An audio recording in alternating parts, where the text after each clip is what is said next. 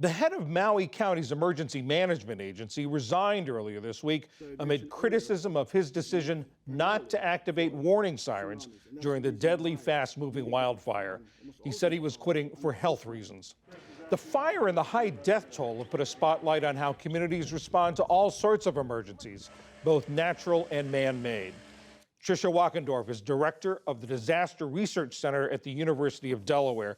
Tricia, how significant was that, or how big a factor was that decision not to use the sirens in the high death toll that resulted? I want to start off by saying, of course, how tragic this event is. And I think all of our hearts just go out to not only the survivors of this just devastating disaster, but also the emergency responders. One of the things that we know very clearly from decades of research on disasters is that there is a sequence of behaviors that people need to go through before they even begin to start reacting to a disaster. They have to, or to a warning. They have to hear it, they have to understand it, they have to believe it, they have to personalize it. So is this actually me that one is talking about? And they have to confirm it. And that can be with people in their household. It can be calling up a friend or a family member. It could be checking on the internet and trying to find out, is this something that I need to do some action, protective action toward? So anything that can speed up that decision making to get them to that point, be it using different ways to reach people through cell phone, through the media, through sirens, through other kinds of warning mechanisms, gets people just a little bit more closer to be able to start that very time-consuming step of actually evacuating or taking protective action.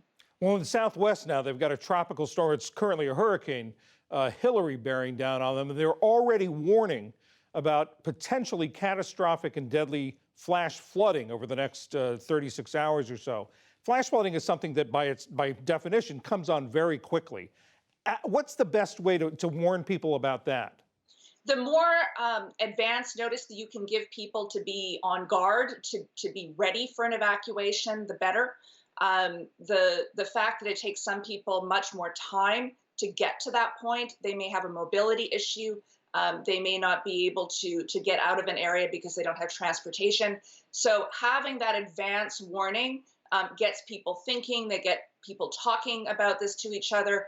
And then when there is a warning that comes through, they're much more close to the point of actually reacting. Those seconds, those minutes really count.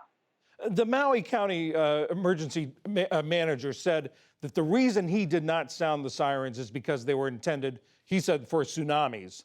And he didn't want people rushing inland, perhaps toward the fire. What do you make of that explanation? And can emergency responders afford to have a one alert system for one particular event? There's a few things at play there. One, there's sometimes a misconception that people will panic during a disaster, that there will be widespread panic that takes place that's not backed up by the data unless there is a window of opportunity for escape that's quickly closing. It's actually more difficult to get people to move, to start taking action. That's why those extra minutes and hours count so much. It will be really important to look at the plans that are in place for that part of Maui, whether or not community residents believe that those sirens are something that should be used for all different types of hazards, whether or not there was a failure to activate them, and they should have been, whether or not there were repairs that needed to be done. So I think part of the real investigation that will happen is the extent to which how much this was decision making and how much it was a lack of planning or different types of planning that didn't take into account the severity or the quick onset of this particular fire. If you were designing a warning system from scratch, someplace that's never had one before, and they called you and asked you to do it, what would it look like?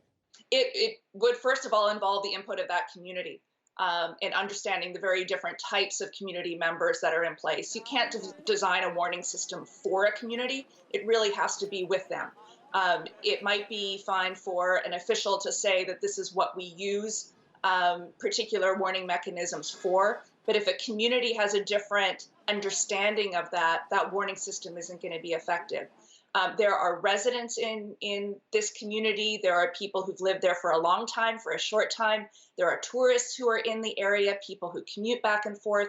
All of those will have a different response and understanding to those warning strategies. And we also know that we have to use a multi-pronged approach. So it can't just be sirens, it can't just be cell phone or media.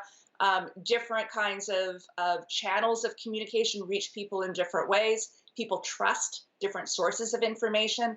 All of that needs to be taken into account, not simply when that hazard is threatening people immediately, but thinking about those plans years in advance. You mentioned trust. I would suspect some people in Maui may have lost trust in the government emergency response. How do they rebuild that?